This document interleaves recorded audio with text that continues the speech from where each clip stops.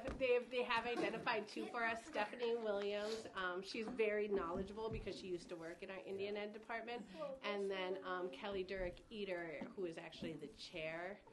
But that has just happened within the last month. So, yes, we actually do know what their names are. All right. So that's not really concurrence, non-concurrence. This is going to be a new recommendation. Yeah, that's a plus.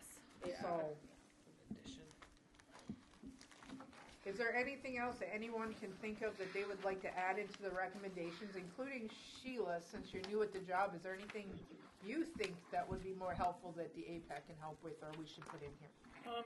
I did have, I was just looking through my phone and put it on my notes and it's not in there, but, I'll email if I can think of it. That sounds good. Yeah, it was like more like a cultural, having a cultural advisor type of person, Okay. you know, for the whole board, not for just AIPAC. Like for the You know. district, Yeah, for the like an district. identified cultural. Yeah, I think that would like, be like an after else. what happened at Denfeld with the that was in the case, Mhm. the JP. Like, how did that even happen? I don't know. Wait, we had cultural items in a case, like on display. Yeah, and I complained and In a way complained that and they shouldn't complained and have did. complained, and they finally talked to Sheila, and Sheila took care of that same day, I think. Get 'em out. My son was so upset. Oh my gosh, he took pictures of him. It's like, Mom, I can't do this. I can't be there. I'm going to break him out. They're calling me, Mom. I'm like, I'll talk to somebody. You don't have to Like, commit a crime. Don't vandalize. Don't commit a crime. Like I hear you, but also like that would not, in the long run, be. Well, I told the principal, I'm like, these kids are seeing their relatives and they're starving to death. Yeah. How do you think they're going to Disgusting feel? Yeah. So one thing I would recommend is actually having action items that come out of meetings that we attend. I've attended a ton of meetings and I don't get any of the requested information, right? This is about a year's worth of, and no action item. I have to respond and keep asking the same exact questions and getting the same non-answer. So I think making and MD has basically a meaningful collaboration chart where that's kind of a requirement when they're collaborating with the AIPAC, when we're collaborating with the various tribes in the area. Action items need to come out of those meetings so the district identifies what are they going to do differently because of that meeting. What comes out of these meetings we attend to. Right now they're saying, oh, we meet with you. Okay. That is me using my gas and my time to go sit down and ask my question and get nothing from it. So like I just think making sure that there is legitimate follow-through and action items for every meeting that there's an American Indian person present at. Another thing I would like to say is we need to trust the information that we're given. You know, right now I'm given a lot of information that I don't trust. You know, so like making sure that the district is holding up that they are operating with fidelity, right? Like I said, I had to print off our Title VI APR report myself. I had to disaggregate the data and put it in a usable way. And there's some disturbing stuff on there, so I don't understand why this wasn't shared with us. You know what I mean? Because it's literally a requirement. So just making sure that the district is operating these programs with fidelity so that we can trust what we're being told. It's like ethical stewardship of funds. Yes, ethical stewardship of funds. I like that. There should be no question when we're saying, oh, how much did we support, how much did we spend supporting the Denfeld cohort? That's a question I've asked, and nobody knows, right? And that's weird at the midpoint of the year. That should be very clear. So we know what is left for those funding and what additional supports we can have. I I do agree with that, Amber. I think it's really strange when we have changes where it's, hundreds of thousands of dollars overnight, and it's like, why were those changes made? How were those changes made? Yep. Because you have quarterly budget meetings, You, so how are we able to just make that all okay?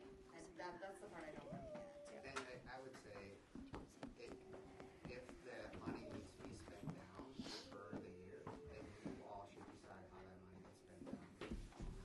Them making decisions. right. Well, that's the meaningful Because collaboration. the you know? audit, Ethical stewardship. Yep. the audit reports that we have $114,000 restricted AIE funds, and I gotta go pick up my other kiddo. the last 5 years worth of audits say that JOM funds have already passed through the district, and they're telling us, oh, we need to ask Fond du Lac for these funds again, and Fond du Lac is saying they never asked for them, but their audit shows that these funds pass through. I just don't understand how that happens, and how do they plan to reopen those books once the year has closed out, because your auditors don't go back and change that. So we're reporting $20,000 in JOM funds, and we heard at our last meeting we have over $200,000 in JOM funds. So just like I said, somehow we covered a lot of JOM costs, and we have a restricted reserve, of over $100,000. How, understanding how that happened so that it doesn't continue to happen, and these funds actually get to our students, right? And that's just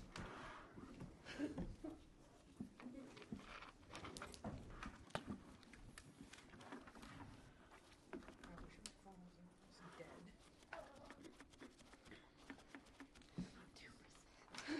So based on everything, are we more non-concurrent than concurrent? Yeah. We're completely non-concurrent except for one that was only partially met. So, How do we want presentation of this to go? That was the last thing to kind of talk about. I'm open to presenting. Is there other people who would like to? I like to say something. I think I like to see Lydia involved with it, just for the fact that there's been so much tension between the district, and maybe her presenting will give a fresh start, knowing that this has to get done, but they'll, I don't know how to say it without offending anybody. You're going to have the same people at the school board. They're going to come in. They're going to see the same people presenting this, and you don't want them, that attitude. I think having somebody like Lydia with somebody to present it would be a benefit. Unfortunately, she's not here to ask. Yeah, I did talk to her about it, and she has presented it in the last, how many years? I've never presented it, so I'm not really sure what. Yeah, it's. I presented it last year, but we had asked everybody to show up, and nobody else did, so it kind of just fell on me. Yeah, because last year we had Amber, Jennifer, Phyllis, Lydia. And that was the most I sat off the side. I didn't feel comfortable, because it was a learning. No, that was at Cal we were all at. When we actually presented to the school board, it was just me and Jen there. So remember, we had to have two, because they were like, more discussion will happen at Cal, but because we had to present before March 1st, it was just me and Jen there. Yeah, I have never presented, so I'm not really sure what that means. And it's required to have a parent committee member present. It cannot be Hey, are staff. you free? Okay, okay, so we're talking about. Okay, so I'm going to put you on speakerphone here because you're discussing people, and I brought your name up, as, to help present this. So let me put you on speaker. believe she's on speaker, so. We'll just say that you're recommending. I'm recommending you, Lydia, to help give the presentation. Yeah, I'm open for that. I put it on my calendar so that I have that space open. All right. I don't know what else. How many people does it have to be? Can be as many. We can have it. We could each present a portion of it if we want. Yeah, which is something that I was going to recommend, so that they see us, that we all want what's best for our kids. Yes, that I we say all the worked more on people this who in do it, collaboration. the better. Historically, we try to bring as many committee members as possible, because if we just send like 1 or 2 people, where it's like, if all 12 of us show up, right, like, in force, strength in numbers, having as many people go as possible is. And if we have community members that want to come and sit off to the side, hey, the more the merrier. Yeah. Because all of our kids are affected by these decisions. So we'll just present it As a group? as a group. I think we have should do multiple that. people can Yeah. present different portions. Yeah.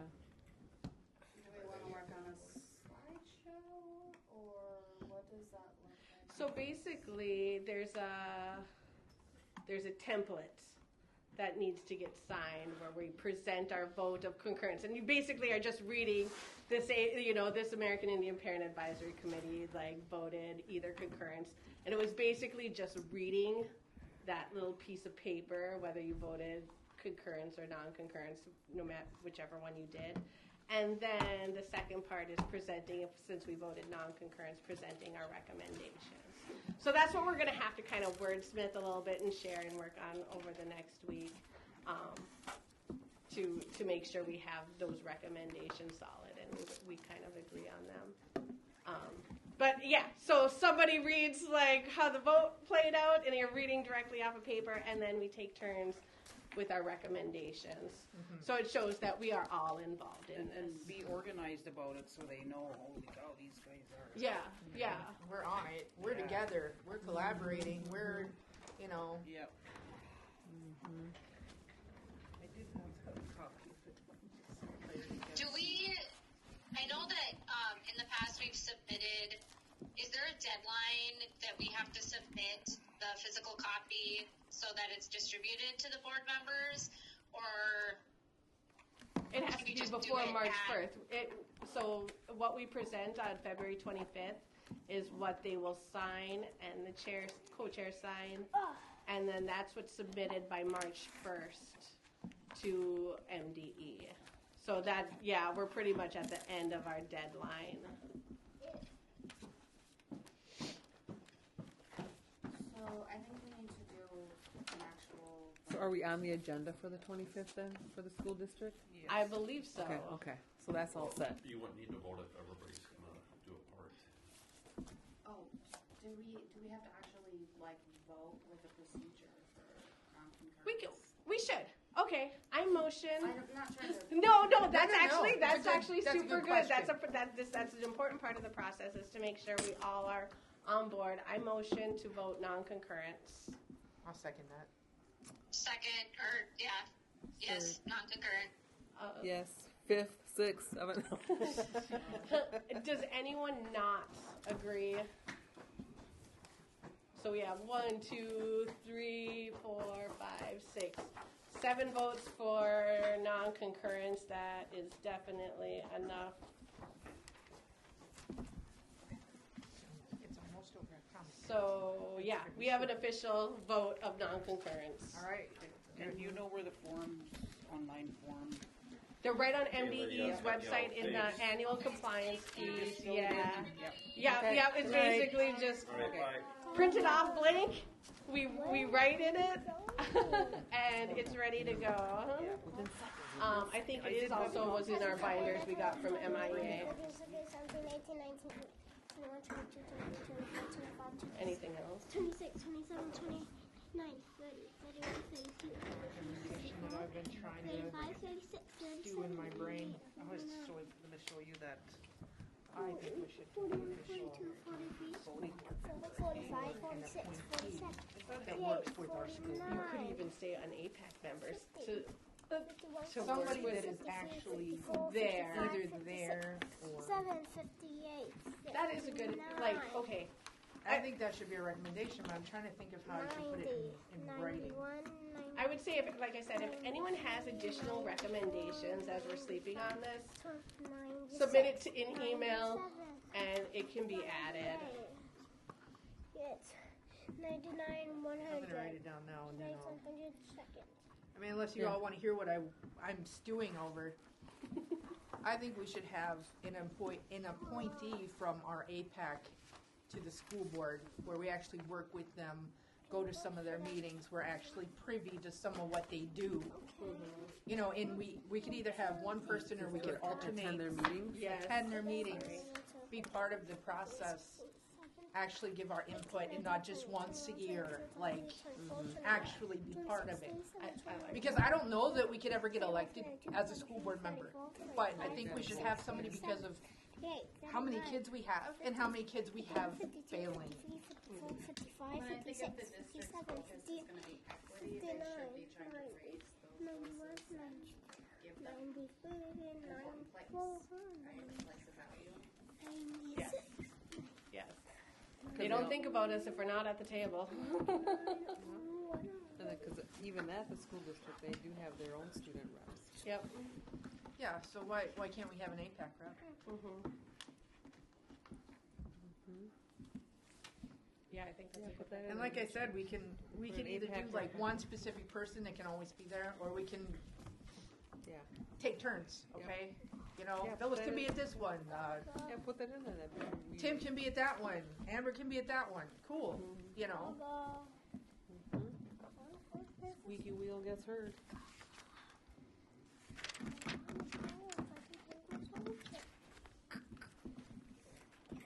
Okay. Let's get that facilitated. We'll put that in our recommendations. Do you wanna do the official adjournment? Where's my? I'm gonna crack the hammer. All right, guys, we're all adjourned. Okay. I don't know what time it is. Yes, we're done. 7:30. Good.